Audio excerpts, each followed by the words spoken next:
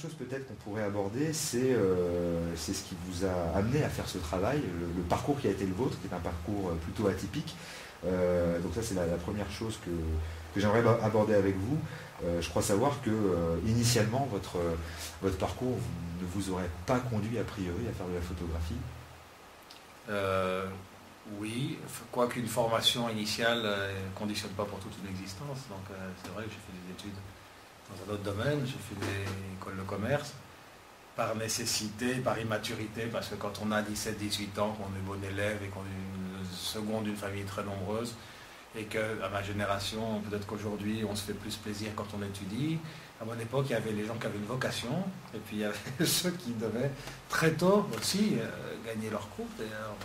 J'ai fait une école de commerce parce que j'étais pas, alors que j'aimais l'architecture, j'aurais aimé être chirurgien. Il y a des tas de choses qui ont fait que ça a été peut-être un peu le fourre-tout aussi d'une génération. Il y avait des études informatiques, il y avait des études de commerce, alors que je crois que j'ai rien d'une personne pour... On me demande de vendre ou de penser quelque chose pour la vente et je dis ça y est, je l'ai vendu, je l'ai acheté. Mais bon, c'est une formation qui arrive jeune, donc quand on est immature. Donc ça ne m'amenait pas à ce moment-là à faire de la photographie. J'avais un regard sur la photographie, c'est quelque chose que j'aimais. Le portrait, ça me fascinait. Tout ce que peut supposer un portrait. de réalité, d'irréalité. Et donc, il y avait quelque chose quand même qui existait avant. Mais je faisais de la photo, effectivement, quand j'avais d'autres passe-temps que la photo. J'avais surtout le passe-temps de regarder la photo avant de faire de la photo. J'avais un appareil photo, mais c'est vrai que j'avais pratiquement pas fait de portrait. Jusqu'à il y a 10 ans, je n'avais pas fait de portrait. Et ça démarre comme ça plus tard. Mais je pense qu'il y avait quelque chose de sous-jacent, un travail fait en profondeur. J'avais une contemplation des photographes, et c'était souvent des portraitistes. Même si, par exemple, un des premiers travaux que j'admire quand je suis étudiant à Paris, c'est je découvre sur les quais à Paris, Brassailles la nuit. Alors il y a des personnages dans ce travail qui n'a pas grand-chose peut-être à voir avec mon travail, mais c'est un travail qui est fait dans l'obscurité. C'est un travail qui est un espèce de torche qu'il met sur des gens qui ne sont peut-être pas dans la journée, boulevard Saint-Michel, ils y sont, mais il les prend eux la nuit, dans des univers quelquefois qui sont plus restreints, même si c'est un réverbère, même si c'est quelqu'un qui fume sous un réverbère. Et c'est quelque chose qui me fascinait. Mais je n'avais pas cette démarche de faire des photos, de créer avec de la photographie, d'avoir la démarche du portrait. J'avais la démarche du portrait en regardant les portraits des autres. Et c'est vrai que les grands maîtres ne manquent pas dans l'histoire de la photographie, et même avant. Des choses qui me marquaient étant gosse, par exemple. Même si je suis allé en Espagne, ça n'a rien à voir. J'étais fasciné par Goya, par exemple, par ce côté expressionniste, ce côté aussi de l'obscurité, ce côté qui devenait surréaliste quelquefois par rapport à une réalité qui devenait autre chose. On projetait des choses d'eux-mêmes, puis des choses des autres, puis des choses aussi de toute une société, de l'inconscient collectif, ou même il y avait un aspect aussi à la fois documentaire. C'est tout ce mélange dans le portrait qui me fascinait, et même s'il y a eu toute une plage de temps dans ma vie où j'ai pas fait de la photo. Et c'est vrai que je dois avouer que j'ai toujours contemplé la photographie. J'avais la chance d'être français, j'avais la chance d'habiter Paris et d'assister à l'éclosion du mois de la photo, de la maison européenne. Pour que la maison européenne, je crois qu'elle a été inaugurée après. On arrive en Espagne, ça fait 20 ans que j'habite en Espagne, mais il y avait l'espace photographique idéal.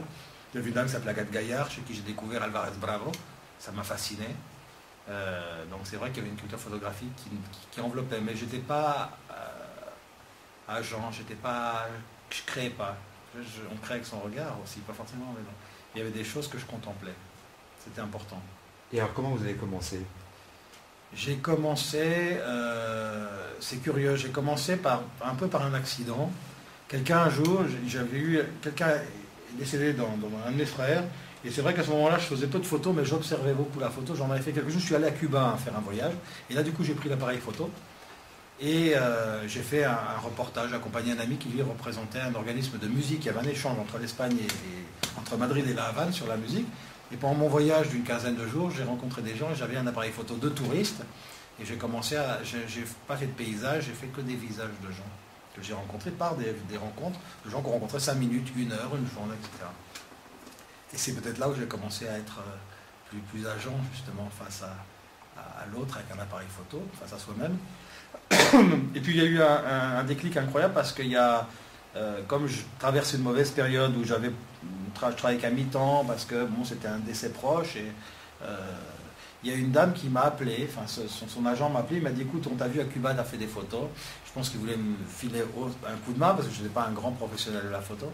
Et il y a Teresa Berganza, la mezzo-soprano, qui va enregistrer un disque de Manuel Garcia. Manuel Garcia, c'était le père d'une cantatrice qui s'appelait Maria Malibran, qui était très connu. Lui, c'était un compositeur des rues, de guitare de l'époque de Goya. Et elle devait interpréter des chansons qui n'avaient jamais été enregistrées. C'était dans un monastère à San Miguel à Cuenca, en Espagne. Et 2 jours avec Teresa Berganza, quand on vous donne ce privilège, alors que vous savez à peine faire de la photo, vous en avez fait un peu avant, c'est magique. Et on se rend compte que cette rencontre a été au-delà du maniement de l'appareil photo, que je savais à peine manier. D'ailleurs, les photos ne sont pas terribles. Eux, ils ont été contents. C'était pour la promotion d'un récital, d'un disque, etc. C'était un coup de main qu'il voulait me filer. Et puis, tu seras avec nous, tu viens. Tu viens passer 2 jours. Et là, il s'est passé quelque chose d'incroyable. Cette femme qui à table, raconte un peu son CV. Elle raconte son tournage avec Joseph Lozette, Don Giovanni, etc. Ses histoires métropolitaines. Et on se retrouve comme ça par moments. Et puis, il y a une espèce de simplicité, d'intimité qui s'est fait par la rencontre photographique. C'était quelque chose qui démarrait, c'est vrai que démarrait avec... c'était un privilège, tout le monde n'est pas amené à rencontrer une dame qui a ce charisme, ce talent, cette sensibilité, où elle vous parle de choses qui lui sont peut-être chant, la passion pour Rossini, la vie de Rossini, une voix qui devient en difficulté parce qu'elle est plus âgée, donc elle a des problèmes avec sa voix, cette hypersensibilité, et il y a une séance de portrait qui se fait avec, et ben, en même temps, une conversation avec... Et là, je me rends compte qu'il y a quelque chose d'incroyable pour moi, et j'ai envie de continuer, voilà. Donc c'est comme ça que ça démarre. Et à partir de ce moment-là, ben, on n'a pas tous les jours des gens comme ça à prendre en photo, donc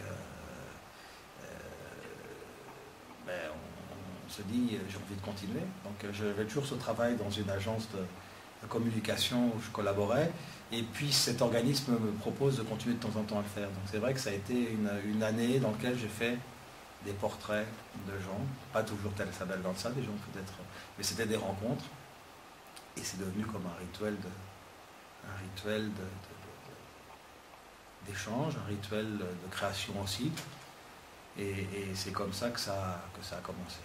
Et alors pourquoi avoir choisi d'emblée le visage, le portrait, et pas le paysage, pas la scène de genre, pourquoi choisir explicitement d'orienter le travail dès le départ sur le visage des gens? Qu'est-ce qui se passe avec un visage? Ce que j'ai dit avant, c'est quand je contemple des livres de photos, des expositions photos, quand je suis en France, ou dans ma jeunesse, je regarde c'est vrai que je fais on a toujours une préférence, une sélection, j'ai plus d'intérêt pour toute cette histoire du portrait, pour tout ce que ça suppose, ce que je vous ai dit, c'est ce grand mystère autour de l'être humain, autour de la reproduction, on remonte à l'histoire de la photographie de l'être humain, et puis cette distorsion de la réalité, cette espèce de miroir qu'on essaie de traverser, qui vient toucher notre propre histoire.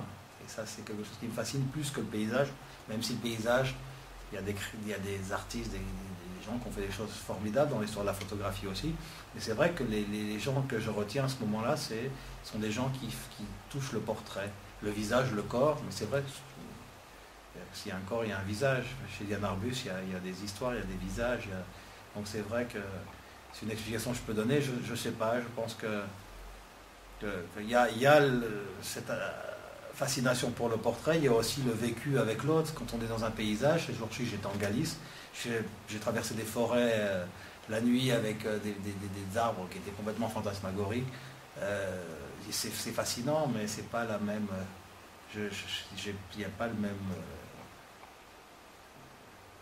intérêt, la même émotion, la même.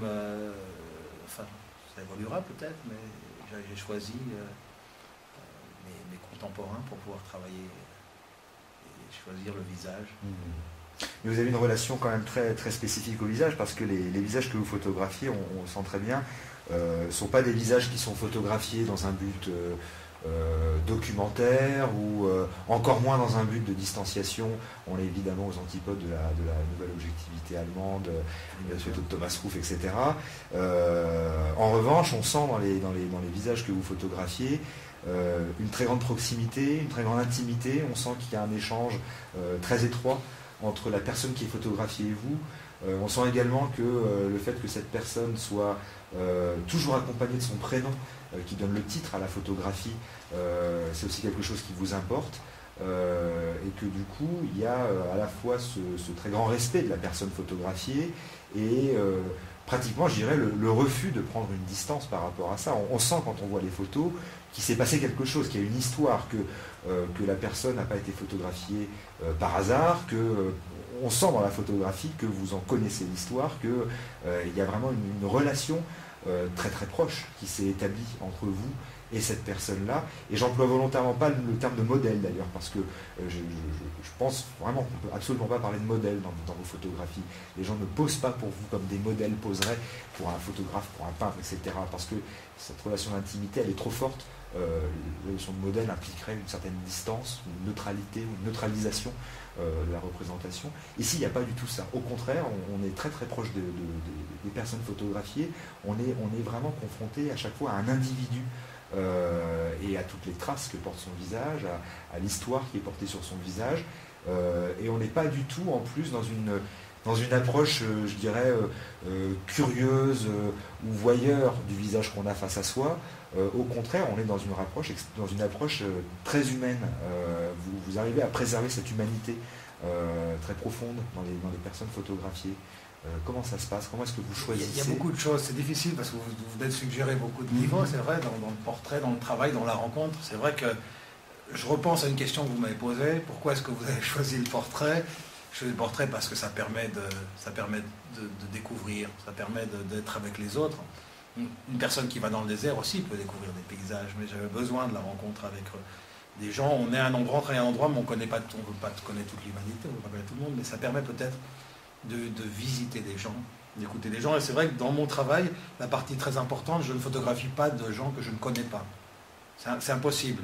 D'abord parce que, et surtout à notre époque, mais ça c'est le moindre problème pour moi, les gens ne vous disent pas tous, ah ça me plaît, prenez-moi en photo. D'abord ça ne m'intéresse pas, mais c'est compliqué. Vous arrivez toujours un peu en intrus, si vous arrivez n'importe où, hein, dans le downtown, chez des gens qui soient d'une race, d'une autre, d'une religion, je veux dire, vous êtes toujours un intrus, hein, tout le monde se protège. Et pour moi c'est important de toujours les connaître. Ces jours-ci j'étais en Galice et j'ai fait peu de photos. Je suis allé visiter des gens dans les derniers hameaux, on dit, je ne sais pas hameau, c'est peut-être hameau suranné, mais Aldea, c'est un groupe de 2 maisons, 3 maisons, des villages où il ne reste plus de familles. Et pour moi, ça n'a pas de sens d'arriver, d'être un prédateur de visage si je n'ai pas derrière une connaissance, une rencontre. Et puis c'est en même temps fascinant d'arriver comme ça, cette frontière entre les Asturies et la Galice, les endroits le plus ruraux d'Espagne, où il n'y avait pas de route jusqu'à il y a 10 ans, il n'y avait que des chemins, et donc c'est une façon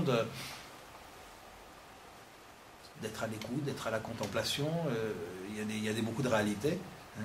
Et puis en même temps, quand on fait une photo, on ne fait pas seulement le portrait de Maria ou d'Antonio. Je pense qu'on va un peu plus loin. Il y a des côtés sur les profondeurs, sur la superficie.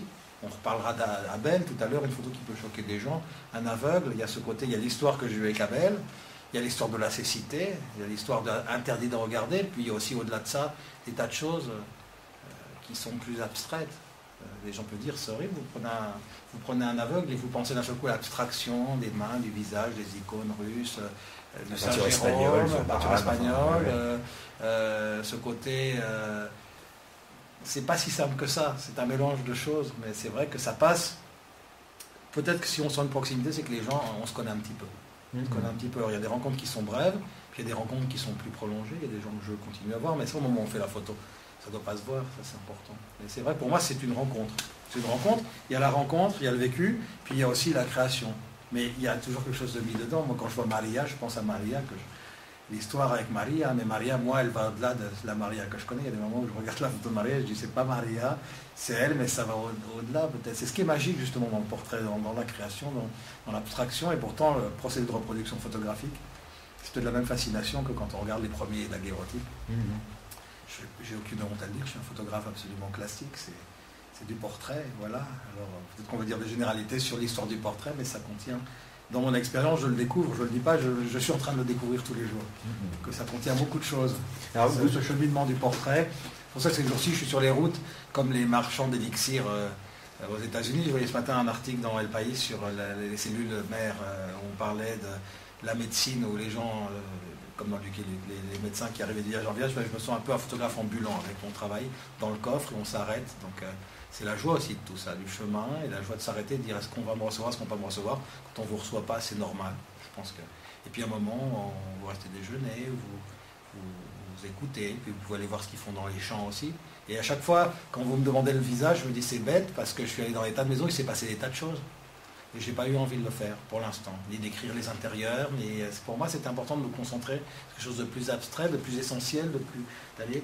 Peut-être qu'à un moment on peut se dessécher en restant trop sur l'essentiel, peut-être qu'il va falloir aller sur autre chose. Pour l'instant j'avais besoin de ça, de cette espèce d'intimité absolue, en gommant l'extérieur, même si Maria on voit que c'est une gitane, mais ça pourrait être quelqu'un, ça pourrait être une femme. C'est certain d'un monde rural, c'est pas une femme du downtown, c'est pas une femme du boulevard Saint-Germain, c'est pas une dame, c'est une dame d'un certain milieu, d'une certaine origine, et puis d'une certaine façon d'être aussi, qui là du coup dépasse sa condition sociale, culturelle, qui est aussi les sentiments, l'intelligence, beaucoup de choses qui sont propres, qui ne sont pas seulement dans un milieu, pas seulement dans une région. Avant d'aborder plus précisément les différentes œuvres qui se trouvent dans l'exposition au Frac Auvergne, il y a une série qui m'intrigue beaucoup, qui n'est pas dans l'exposition. C'est celle que vous avez réalisée autour des Yakuza au Japon. Et c'est une question tout à fait idiote, mais qui correspond peut-être à une ignorance. Comment est-ce qu'on fait pour rencontrer et convaincre les Yakuza d'accepter de poser? En plus, alors là en l'occurrence, il s'agit pas seulement de portraits, mais aussi on a des photos de nus où on les voit donc avec leurs tatouages qui ont une importance énorme en termes de symbolique et de culture. Comment ça s'est passé, la réalisation de cette série? Alors, je vous raconte. Quand on termine une série, on a toujours une tendance à pêcher en faisant la même chose, en arrivant dans un territoire différent. Privilège, on m'invite à la Villa Kujoyama au Japon, c'est un privilège énorme. Je n'étais jamais allé au Japon, je débarque sur une planète que je ne connais pas, et je me dis, je vais faire, d'ailleurs ce que j'ai mis dans mon dossier, j'ai envie de faire une série sur la jeunesse urbaine japonaise. J'avais fait une pléthore de portraits que vous avez vu, la série Regard, dans l'Europe, enfin l'Europe, en Londres, à Paris, à Madrid, etc., à Lisbonne, enfin sur certaines villes occidentales. Et puis, ce qui se passe, c'est qu'heureusement, quelquefois, on se lasse, on se dit, tiens, on fait des rencontres. Et là, c'est vrai que c'est un peu ma façon de travailler, qui n'est pas du tout conceptuelle. Le conceptuel, ça peut venir après, quand on fait un schéma, une idée, on a une idée sur le moment, on raisonne vite, on se dit, tiens, ça va aussi par ce chemin-là, ce qui est intéressant. Alors que moi, c'est vrai qu'au départ, on va voir, comme sur les routes en Espagne actuellement, on va voir ce qui se passe, j'ai une carte, et puis je regarde, j'ai entendu parler d'un endroit, et je me présente dans une région pure. Et quand je suis arrivé au Japon, c'était comme ça, et je suis allé me promener un matin dans un temple, près de la Villa Kujoyama, qui s'appelait Nanzenji, qui est un temple très connu pour son immense porte, et j'ai rencontré des moines. Et ça a été, par la rencontre avec un des moines, qui s'appelait Kenmai, tellement spécial, j'ai eu envie de dire, tiens, j'oublie la jeunesse urbaine. J'avais fait quelques portraits de jeunes dans la banlieue d'Osaka, qui font très manga, parce qu'ils sont tellement travaillés, ils sont tellement... En plus, c'est un âge. C'est vrai que c'est comme ça que ça a commencé. On travaille avec des gens d'un autre âge. On commence avec des jeunes qui se recherchent, pour qui n'ont pas une identité, ni sociale, qui donnent beaucoup d'apparence, qui se fabriquent un look, alors qu'ensuite la vie, les gens que j'ai rencontrés, c'est des gens qui s'étaient façonnés par leur existence. Et ce moine, c'était complètement différent de ces jeunes. Alors il y a eu une naissance qui m'a paru d'un seul coup plus fascinante pour moi. En plus, j'étais dans un monde que je ne connaissais pas et je me suis laissé porter. Et c'est vrai que des moines, j'ai décidé de dire, tiens, je vais regarder des univers plus clos, qui font partie aussi, qui sont des pans de la tradition japonaise. Il y avait un risque de faire quelque chose de plus National Geographic, plus orientaliste, etc. Je dis, bon, on va l'affronter, on va aller plein dedans, puis on va voir ce qu'on peut faire avec ça. Et là, on rencontre, quand on est à Kyoto, on rencontre beaucoup de Yakuza, on les croise, on ne les rencontre pas, il y a des geishas dans notre quartier, il y a des onagata, des hommes qui interprètent des femmes. Ce sont des choses qu'on n'a pas en Europe. Alors, on les rencontre, on les croise dans la rue, ce sont des gens fascinants. Il y a la difficulté du déguisement. On se dit, il faudra aller au-delà de ça. Parce que quand on a une perruque, quand on a un maquillage, quand on a les mains cachées sous un kiron, on se dit peut-être les mains cachées c'est intéressant. On commence à dire comment est-ce qu'on peut faire un portrait de ça. Et pour revenir à votre question des Yakuza, j'avais l'habitude d'aller de temps en temps au Sento. Le Sento, c'est les bains publics. Au Japon, on n'y va pas pour se laver. C'est un endroit social, c'est un endroit, je dirais, entre guillemets, spirituel, sans religiosité, où c'est le culte de l'eau, le culte du corps. Les Japonais ne sont pas du tout comme les Occidentaux. Ils ont une immense pudeur, ils ne se touchent pas, mais ils n'ont aucun problème à se balader nus dans des bains. Et j'ai trouvé ça absolument incroyable. Et je suis allé un jour dans un bain, j'en ai connu plusieurs. Les autres pensionnaires de Kujoyama y allaient, ils disaient, va dans ce bain, il est merveilleux, il y a des dessins, etc. Mais je suis allé dans un bain d'un quartier où il y avait des Yakuza. Et quand les Yakuza arrivent, les gens partent. C'est-à-dire les gens, c'est cette espèce de respect ou d'isolement, et je suis resté. Et un Yakuza m'a demandé, qu'est-ce que vous faites là? Vraiment, ça se voyait sur mon visage, je n'étais pas japonais, je n'étais pas habitué aux coutumes du lieu. Donc et je lui ai dit, je suis photographe, voilà, je fais des portraits. Et je lui ai demandé, il faut insister. J'aimerais vous montrer mon travail plus tard. Et dans les vestiaires, je lui ai montré quelques portraits que j'ai apportés d'Europe, qui lui ont plu. Alors les gens disent, ah les Yakuza, pour moi je pense qu'on n'est pas seulement un Yakuza, c'est évident. Quelquefois quand on est Yakuza, on est fils de Yakuza, petit-fils de Yakuza, donc on hérite une charge comme en Europe les notaires autrefois. C'est difficile d'en sortir. si vous êtes un photographe, vous n'êtes pas dans l'endroit, vous n'êtes pas en concurrence avec l'activité ni des yakuza, ni des moines, ni des... Donc, et puis il y a l'aspect vanité dans le portrait, qui est merveilleux aussi. Alors quand vous montrez un portrait magnifique, j'avais montré d'une jeune fille métisse de Brooklyn, le yakuza, il s'est regardé ses tatouages. Alors voilà, ce sont des choses qui se font naturellement. Ensuite, à partir de ces lieux communs de rencontre, on peut faire quelque chose, il se passe, donc ils m'ont emmené chez eux, vous déjeunez, il y a des maisons avec des murs peints absolument extraordinaires. Je dis bon, j'ai pas eu envie. C'est une négation un peu bête quelquefois de dire tiens, je vais pas prendre, j'ai pris aucune photo, hein, j'en ai aucune. J'aurais pu en profiter pour faire un documentaire, mais je suis pas du tout pratique de ce côté-là. Je me suis dit non, je vais me centrer sur les visages, sur les corps. Et il y a eu plein de rencontres, c'était difficile. Il y a cette image, peut-être vous avez vu, de ce vieux, de ce jeune dans ce bain. Le personnage n'est pas un yakuza, le jeune est un yakuza. Donc c'est cette différence d'âge. Puis moi j'étais là pour préparer les photos dans le bain, donc j'avais demandé au jeune yakuza, quand j'ai pris la photo, je l'ai prévenu ensuite. Là c'est une image prise sur le vif. Mais cette image de ces deux yakuza qui sont comme pour moi comme deux édifices, ce sont des corps entièrement peints, travaillés avec des dessins, quand même des choses très figuratives sur le corps, un aigle, il y a un serpent, et puis il y a cette espèce justement d'abstraction qui fait disparaître le corps pratiquement. Et puis cet homme qui est de dos et cet homme qui vous regarde. L'homme qui est de dos, c'est un des chefs d'une faction d'Osaka qui ne voulait pas voir, ne voulait pas apparaître sur l'image, donc j'ai trouvé cette solution. Par contre, il était très fier d'arborer entièrement nu son tatouage, comme quoi ça va au-delà de... Il y a une immense pudeur chez les Japonais, vous ne vous touchez pas. Hein. Vous pouvez arriver, comme en Europe, au bout de 3 rencontres, à embrasser une jeune femme avec qui vous travaillez, qui a une immense sympathie pour vous, et même de l'affection, mais elle va faire un pas de recul parce qu'on ne se touche pas au Japon. Et par contre, vous allez dans les bains et ils vont tourner. Donc, il y a quelque chose qui me fascinait aussi là-dessus et qui m'a permis de travailler. Et est-ce qu'après la prise de vue, une fois que la photo est tirée, que ce soit les Yakuza ou que ce soit toutes les autres séries, est-ce que les personnes photographiées voient le résultat du travail? Toujours. Pour moi, c'est indispensable. Pour diverses raisons, parce qu'ils ont participé au rituel du portrait, parce que si je leur propose d'abord de faire leur portrait, donc c'est une partie de leur... Il y a une copie pour eux, donc c'est très important. Je leur dis toujours ce qui se passe, qui je suis et ce que je fais, donc mon travail peut être montré. S'il y a des salons, le travail peut être de temps en temps aussi vendu. Donc ça, c'est très important que les gens puissent savoir ce que je viens faire. Mais aussi, ils savent, ils me voient, ils me connaissent, ils voient ce que je fais et il y a toujours une copie pour eux. C'est important. D'accord. Pas toujours de cette taille-là parce que tout le monde ne peut pas se balader avec une copie de cette taille-là. Et puis il y a une curiosité, et puis je leur explique ce que j'ai choisi. Alors il y a des gens qui préfèrent une photo, ils sont Olympe, ils préfèrent la photo, elle est souriante par exemple. Et je dis, j'ai choisi celle-ci parce que vous êtes vous et vous n'êtes pas vous en même temps. Et puis, vous avez un aspect canaille, en même temps taquin, et en même temps une bouche un peu, peut-être un rictus un peu amer, ce qui n'est peut-être pas forcément vous, mais ce que j'aimais dans cette image. Donc il y a un travail, c'est vrai, de rencontre. Il y a des gens qui ne veulent pas voir la photo, ils n'aiment pas. Puis il y a des gens qui disent, je ne veux pas que vous la montrez. C'est la règle du jeu. Je pense que c'est important aussi. Oui.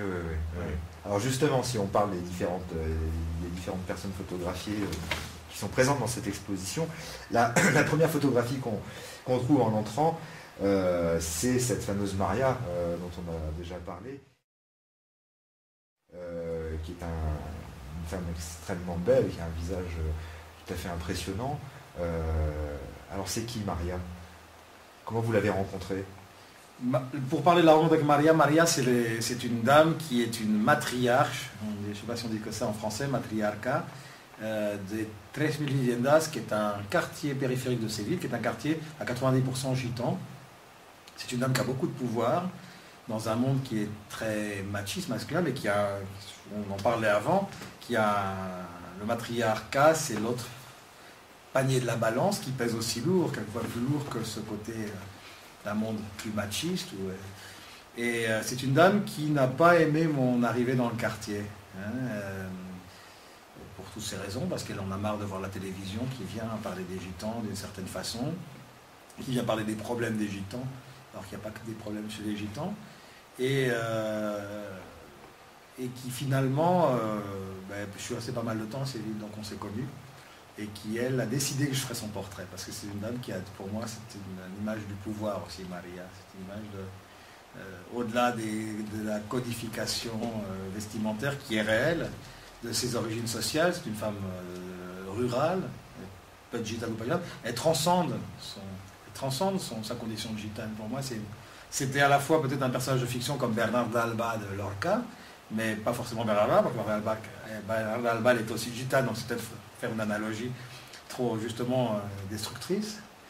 C'est une femme qui, pour moi, rejoint une femme qui peut être d'une autre condition sociale, culturelle. C'est une image de la séduction aussi, du pouvoir. Et puis, au-delà de ça, je la regarde de temps en temps, cette image, parce que je la trouve très abstraite aussi. Il y a quelque chose qui est un peu hypnotique. Donc, mais Maria, la réalité, Maria, c'est une dame que je connais, qui est une mère de 12 enfants, et qui est une grand-mère de je ne sais pas combien d'enfants, et qui soutient sa communauté, qui est une clé de voûte. Et comme peuvent être aussi des gens, on peut l'appeler d'autres choses, pas forcément de sa famille, et c'est ce que j'ai ressenti chez elle, et ce que j'ai ressenti dans ce rituel de la photo, où on décide quelque chose, mais aussi il y a quelque chose, comme vous avez dit, un arbuste qui est toujours au-dessus ou en dessous de ce que vous avez fait. Dans le cas de Maria, il y a des choses au-dessus de ce que je pensais quelquefois, quand on la regarde. Donc il y a quelque chose de magique dans ce rituel photographique. Et donc elle a été difficile à convaincre. Très difficile. Très difficile, j'ai beaucoup travaillé, si vous regardez le bouquin, avec Bernardo, son mari, il y a 2 images de Bernardo, qui lui, mais la personne à qui j'ai le plus vécu, dans son flamenco, un monsieur qui fait des tas de petits boulots, qui assume avec le même courage, la même force, sa famille nombreuse et ses petits-enfants. C'est elle qui décide beaucoup de choses, ça se voit. Mais c'est Bernardo à qui j'ai une relation plus intime, plus fraternelle. Mais Maria, on va à une audience chez Maria. Ça, c'est fascinant aussi. Alors sur le second mur de la salle d'exposition du Frac Auvergne, on a 2 photographies qui s'intitulent Lazaro et Los Montoya.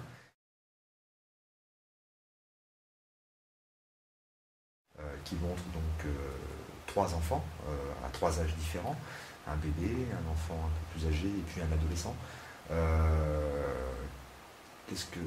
Quelle est l'histoire Alors l'accrochage, on m'avait jamais accroché comme ça. Oui, je sais pas, c'est magique parce qu'il y a 3 gamins, 3 gamins agitants, mais 3 gamins qui sont dans 2 photos. Alors ça fait un jeu très curieux que j'ai bien aimé. Hein, il y a des échelles différentes d'ailleurs.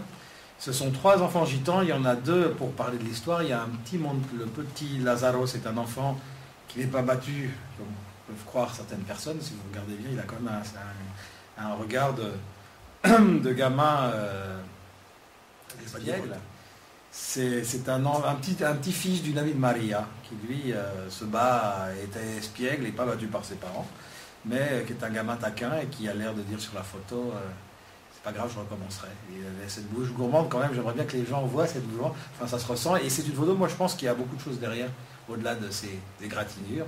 Ce jour-là, sa grand-mère, quand je suis rentré ici, il me dit, je dis, bah, qu'est-ce que tu as fait de tes cheveux? Il dit, j'avais des pouces, sa grand-mère l'avait rasé. Donc, je dis, en plus, tu as vraiment tout. Hein. Et c'est un peu, peut-être, il y a une question, quand ma mère a vu cette photo, elle a dit, c'est un peu toi étant gamin. C'est une question dans ton portrait. J'ai eu une affection pour ce gamin qui était espiègle et qui aimait bien être un petit peu... mettre un peu en dehors d'un groupe pour faire ces histoires. Et puis les Montoya, ça fait partie d'un travail que j'ai fait à Perpignan. J'ai été invité par le Centre national des arts plastiques pour la commande cette année pour Visa pour l'image, et on m'a invité gentiment à travailler, après avoir vu le travail des Gitans. Est-ce que tu veux travailler avec la communauté gitane de Perpignan, le quartier de Saint-Jacques? Ça a été compliqué parce que je ne suis pas resté très longtemps, j'ai promis de revenir. Et pourtant, en ce moment, je suis sur la route de Galice, mais je n'oublie pas mes promesses. Et j'aimerais bien revenir dans ce quartier-là. Et j'ai rencontré certaines personnes. Et ces enfants Montoya, c'est des enfants qui sont, eux, des enfants du voyage, qui ne sont pas des enfants du quartier Saint-Jacques, c'est des enfants que j'ai vus à la frontière, qui font partie de la Catalogne gitane. C'est-à-dire qu'il y a beaucoup de gitans qui sont... Il y en a beaucoup en Andalousie, mais il y en a beaucoup aussi en Extremadure, en Aragon, donc Aragon-Saragosse, près de Barcelone, et beaucoup en Catalogne. Et eux, ils sont en permanence entre Rosas, Perpignan... Figueras, et ces enfants, je les ai rencontrés près de la frontière, non pas dans Perpignan, roulotte, enfin caravane, je veux dire, et repartant en Espagne, donc famille espagnole, mais qui était sur Perpignan, je suis sénateur, et puis 2 frères. Donc il y a Isaac qui est le petit et José qui est le grand. Voilà. Et c'était le moment où il changeait le bébé, j'ai dit bon, voilà. Et donc une image très classique, mais c'est difficile de faire un portrait d'enfant, je trouve que c'était... Mais concrètement, comment ça se passe quand on arrive comme ça dans une communauté, qu'elle soit gitane ou autre, le premier contact, quand vous arrivez, on ne fait pas de photos. Vous vous présentez, vous expliquez, oui, bien sûr, vous allez voir qui? On explique. D'abord, s'il y a des quartiers qui sont plus difficiles parce que vous êtes vraiment évident comme le nez au milieu de la figure, on dit qu'est-ce qu'il vient foutre ici, ben, vous vous présentez, voilà. On m'a parlé de votre quartier, je ne le connais pas, voilà, je suis venu. à Séville, on m'a dit, va jamais dans le quartier Tres Millas, c'est très dangereux. On se rend compte que c'est pas dangereux, au fait. Si on y va pour faire un certain trafic, qu'on y va à 2 h du matin, on risque d'avoir des problèmes. Mais qu'il se passe des tas d'autres choses.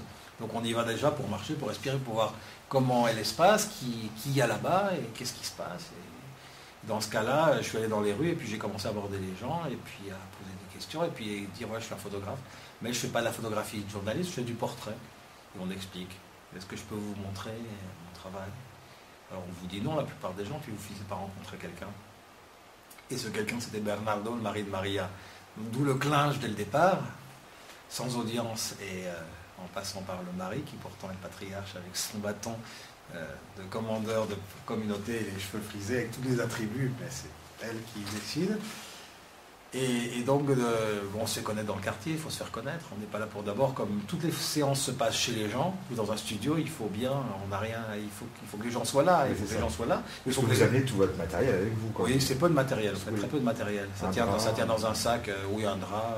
Souvent, quelquefois, j'utilisais même le fond d'un mur, là, ces jours-ci, dans des maisons en Galice, je me dis, tiens, on va voir un peu quelque chose de plus abstrait, peut-être qu'il y a un peu de lumière dans le fond, que le monde extérieur réapparaisse d'un seul coup, ça peut être intéressant. On arrive avec peu de matériel, mais on ne veut pas arriver comme ça chez les gens. On n'est pas un vendeur ambulant. Puis ça n'a aucun intérêt pour moi sinon. Donc c'est vrai qu'en Galice, ces jours-ci, je suis allé voir comment ça se passait. Même si c'est court quand même, on n'a pas. Mais je ne suis pas là pour faire un reportage non plus, pour raconter ce qui se passe. Sinon, je ferai des descriptions du travail de la terre, quand ils tuent le cochon, quand ils prennent la soupe le soir ou quand ils regardent la télévision. C'est pas ce qui m'intéresse. Mais il faut quand même se présenter et puis en même temps, à partir de ça. Ben, c'est un vrai plaisir. On s'assied, on prend un café, vous allez, les gens sont toujours très hospitaliers, c'est ça qui est merveilleux. On se rend compte qu'on peut avoir, on a ce privilège d'être invité par les gens. On dit souvent comment est-ce qu'on peut leur rendre l'appareil, mais il y a une époque, j'étais invité par les prisons, j'ai pas fait de photos, j'ai pas de photos. J'ai donné des cours à des jeunes, on se rend compte que les gens quelquefois ils ont des charges lourdes, mais qu'il y a toujours un moment où vous pouvez avoir une conversation extrêmement chaleureuse avec quelqu'un. Et donc on n'arrive pas, il faut se faire connaître. Et à la Tres Millas, j'étais à Séville parce que j'avais été invité au musée des Beaux-Arts exposé, et je me suis dit tiens, je vais aller dans ce quartier. Puis on dit les gitans, ça paraît complètement des étrangers qui arrivent en Espagne, hein, les gitans, etc. Non, parce qu'on aime leur cas, il y a des choses qui sont complètement irréelles, il y a des choses qu'on veut voir, et ça ne correspond jamais à ça. Mais quelquefois dans le travail, ça peut correspondre à ça aussi. Et donc on y va, et puis on se rend compte que le 3e jour, les gens sont plus chaleureux. Et puis on est invité dans une maison et on monte le travail, et on se dit bon, peut-être qu'on ne fera pas de photos. On a envie d'en faire, pourtant je ne vais pas cacher, je ne vais pas dissimuler non plus mes envies. Les gens le voient, le savent, surtout les gens comme Maria, c'est pour ça qu'elle dit non. Et puis c'est important, il faut montrer le travail, il faut raconter, et puis on commence à faire quelques images pour ceux qui veulent. Et puis ça devient quelquefois incroyable, parce que dans les familles gitanes, j'ai montré très peu de photos. Il y a des photos que j'aime, puis il y a des photos qui ne sont pas pour moi intéressantes, mais qui sont sur les téléviseurs dans leur maison. J'ai fait des photos à tous les gens du quartier, pratiquement. Parce qu'on en fait quelques-unes pour soi, mais ensuite on invite les autres à se faire des portraits. Donc il y avait une espèce de cabine photomaton dans une maison gitane, dans le quartier. Et je suis passé du centre social où on m'a invité. Bernard m'a dit, si tu veux, si vous voulez, parce qu'ils sont comme ça, vous pouvez vous installer dans le centre social. On a une petite salle où on peut parler, parce que comme ça ne dérangera pas les gens chez eux. Mais finalement, les gens ont préféré qu'on vienne chez eux. Ça, c'est très émouvant quand on est dans la chambre de quelqu'un et qu'on a pris le rideau, qu'on a mis avec 4 punaises ou un peu de pâte à modeler sur le mur et que la personne s'est assise, que la femme est restée seule, que le mari est dans le couloir ou vice-versa. On se retrouve, il y a cette espèce d'intimité absolument magique qui doit être troublante pour eux, mais qui est aussi troublante pour moi. D'être face à un inconnu qu'on ne connaissait pas 2 jours avant, 3 jours avant, ou un mois avant, et même si on a déjeuné ensemble, il y a cette espèce de rituel confessionnel avec un appareil photo au milieu, où ce sont autant à poil nous que la personne qui est en face. Puis il y a cette espèce de secret gardé après, c'est drôle. Il y a une dame sa photo a été choisie pour Visa pour l'image. Cette dame s'appelle Nathalie, elle est venue avec tous ses enfants, ses petits-enfants. Et elle ne voulait pas se prendre en photo parce qu'elle ne peut pas se permettre de se prendre en photo, parce que peut-être qu'elle s'occupait de tout le monde. Je lui ai dit, mais est-ce que ça ne vous ferait pas plaisir de vous faire prendre en photo? Elle est restée, et c'était incroyable, cette espèce de silence, en même temps ce regard, qu'on voit, je pense, dans la photo. Cette espèce de chose qu'elle avait peut-être envie de livrer à un moment donné. Je ne sais pas, et ça c'est très émouvant. Ouais. Toujours.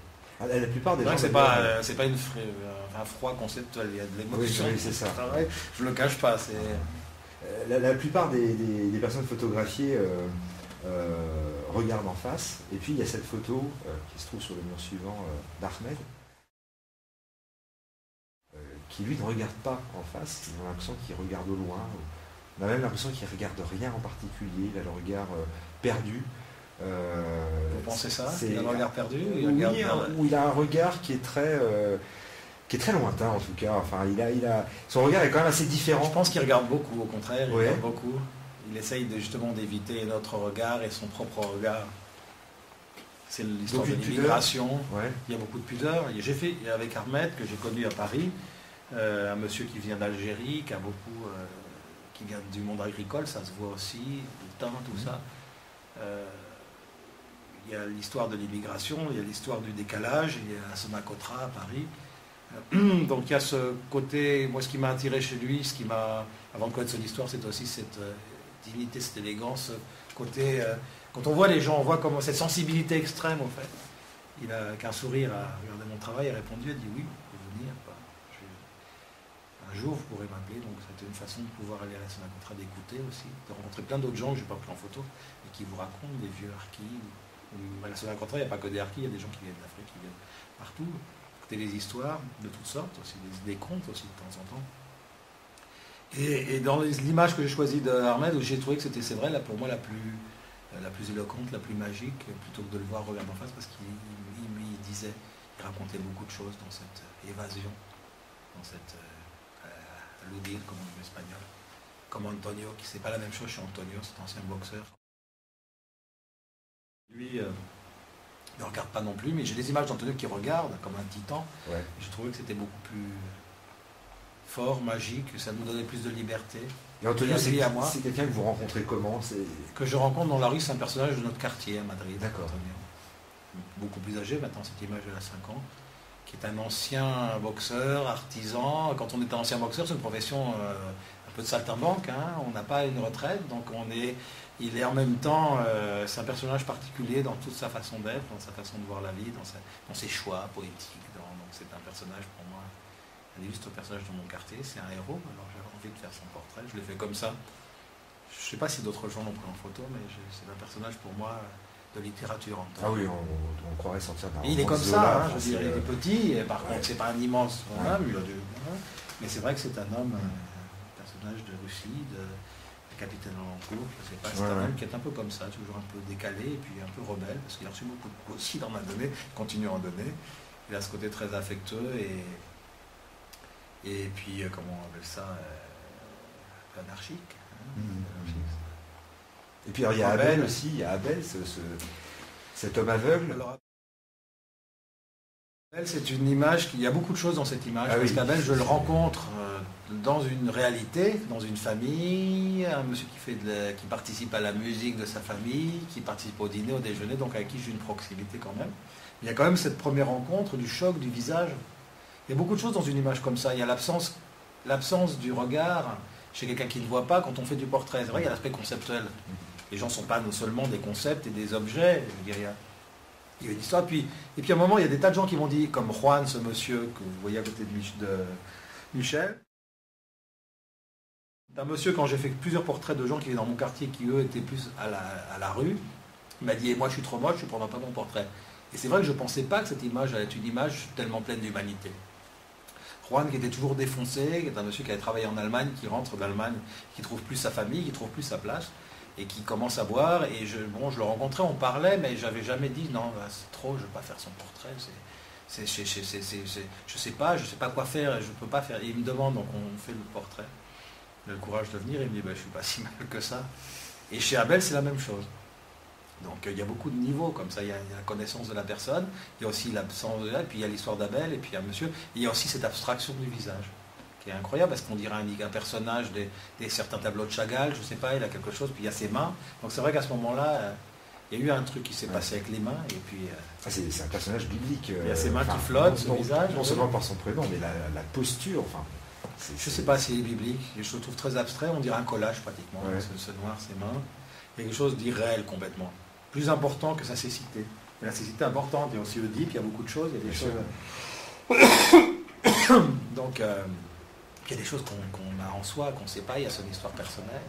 Quand je parlais cet été de cette image des Montoya, des Salazar, cette famille en deuil, moi j'ai porté le deuil étant enfant. Enfin, pas à l'extérieur, parce qu'on est une famille française contemporaine, dans laquelle il y a une certaine laïcité, des choses comme ça, mais ma mère a perdu un enfant en bas âge quand j'avais 10 ans et ça m'a beaucoup marqué.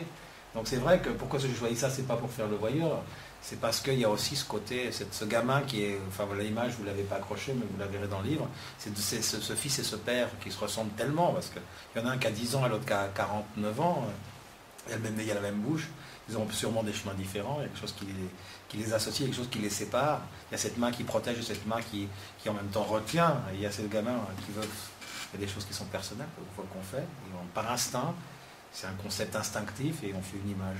Donc chez Abel, c'est aussi comme ça. Il y a sur cette image, il y a beaucoup de choses. Enfin, moi, je pensais, c'était pas seulement ni Abel, ni un aveugle, ni un visage.